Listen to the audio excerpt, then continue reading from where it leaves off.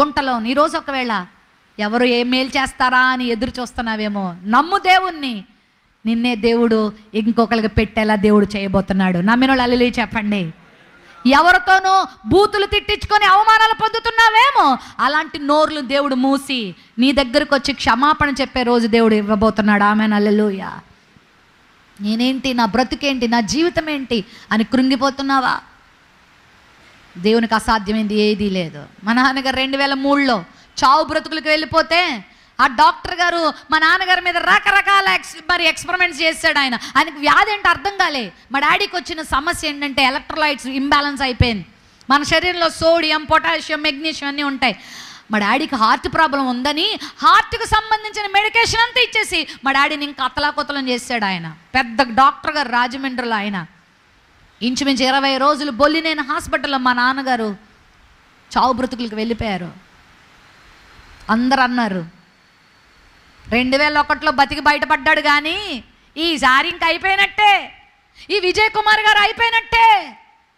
వాస్తవం చెప్పాలంటే మా నాన్నగారిని చూసిన వాళ్ళు అందరూ అలా అంటారు. ఖచ్చితంగా వాళ్ళది కాదు తప్పు. ఒక రాత్రి వేళ మా వెస్లీ గారు, మా పాల్ గారు డాక్టర్ దగ్గరికి వెళ్ళి మాట్లాడి, సార్ ఏంటి సార్ రోజు రోజుకి మా డాడీ పరిస్థితి ఇలా చేస్తున్నారు, ఇదిగో ఇదిగో ఈ రోజు ఇలా చేస్తాను అలా చేస్తానని, మరి మొత్తానికి భయంకరమైన స్థితి ఎలాంటిదో తెలుసా? ఇంకా మా నాన్నగారు కళ్ళు తేలేశారు. లేపుతుంటే ఎవరిని గుర్తుపట్టట్లేదు. నేను వెళ్తే నేనంటే చాలా ప్రేమ మా తండ్రి గారికి, మేము ముగ్గురం అన్న ప్రేమే. డాడీ నేను వచ్చాను డాడీ అంటే నా వంక అలాగ చూస్తున్నారు.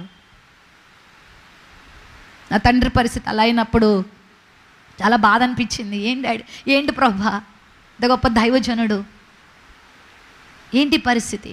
హాస్పిటల్కి వచ్చి అందరూ చూస్తూ బయటకు వచ్చి మమ్మల్ని ఓదార్చి వెళ్తున్నారు.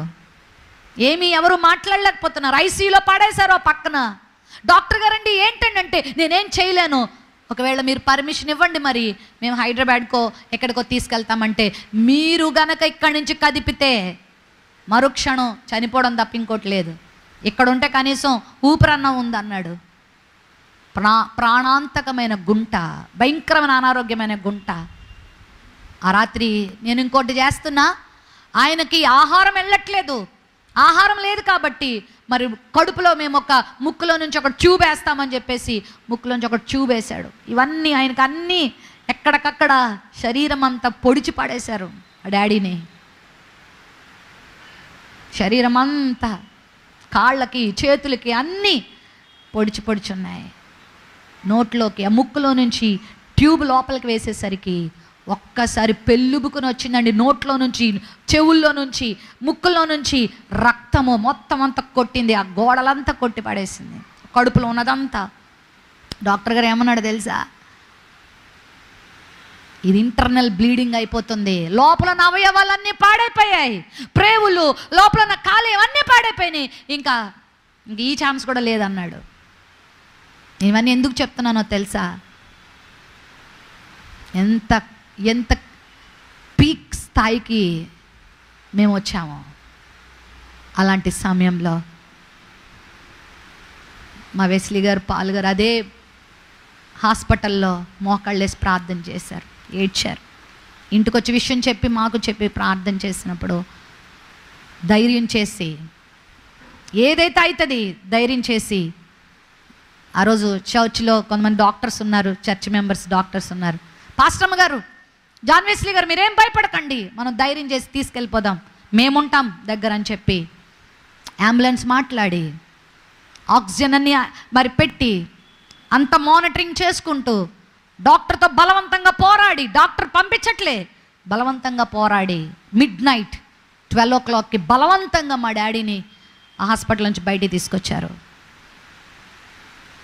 హైదరాబాద్ కేర్ హాస్పిటల్కి ఫోన్ చేసి, సార్ ఇలా ఒక ఎమర్జెన్సీ తీసుకొస్తున్నామంటే, సోమరాజు గారు, డాక్టర్ సోమరాజు గారు మా డాడీకి ఫస్ట్ నుంచి హార్ట్ అది చూసేటువంటి డాక్టర్ గారు, ఆయనకి తెలియచేసినప్పుడు ఆయన ఎప్పుడు ఉదయాన్నే 7 గంటలకు రాడు, కానీ ఇలా తీసుకొస్తున్నాం అనగానే 7 కల్లా ఆయన కేర్ హాస్పిటల్కి రావడం, మా డాడీని వెంటనే అడ్మిట్ చేసుకోవడం, ఇమీడియట్గా ఇంచుమించు 24 hours అబ్జర్వేషన్లో పెట్టి ఎన్ని టెస్టులు చేశారంటే, ఏంటి సమస్య ఏంటి అని చూసి ఎట్టకేళ్ళకి కేర్ హాస్పిటల్లో 10 రోజులు ఉంచినట్టున్నాం.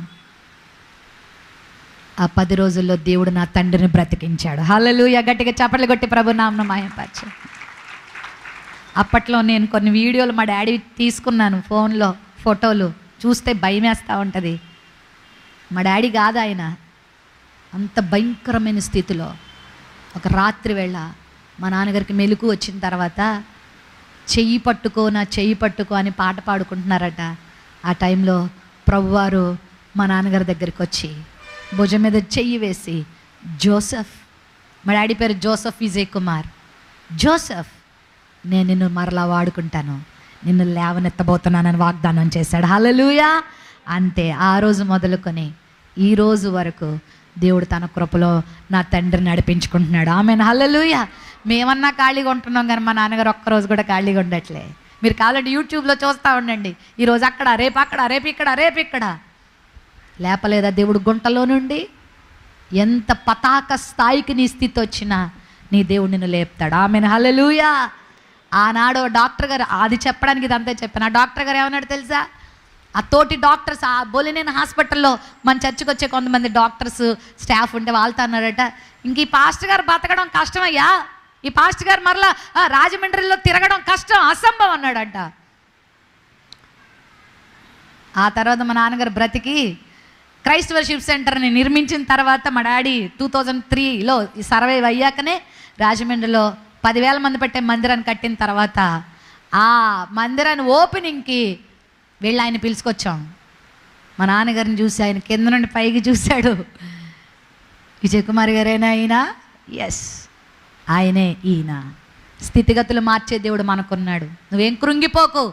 యోసేపుని అందరూ అనుకున్నారు వీడు గుంటలో పడిపోయాడు, ఇంక వీడి చాప్టర్ క్లోజ్, నాన్నకేదోటి చెప్పేద్దాం, దుష్ట మృగాలు వచ్చి వీడిని చంపేసి అని చెప్దాము అనుకున్నారు.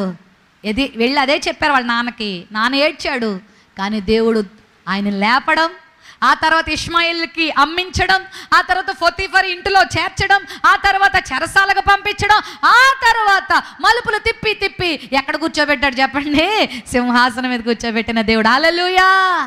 ఈ రోజున స్థితిని బట్టి కృంగిపోక ఎన్ని ప్రయత్నాలు చేస్తున్నానమ్మా ఈ పరిస్థితిని బయటపడ్డాను, నా వల్ల కావట్లే. ఎంతమంది డాక్టర్ల చుట్టూ తిరుగుతున్నా, నా వల్ల కావట్లే. ఎంతమందిని అప్పు అడుగుతున్నాను, ఒక్కళ్ళు కూడా పైసా ఇవ్వట్లేదు.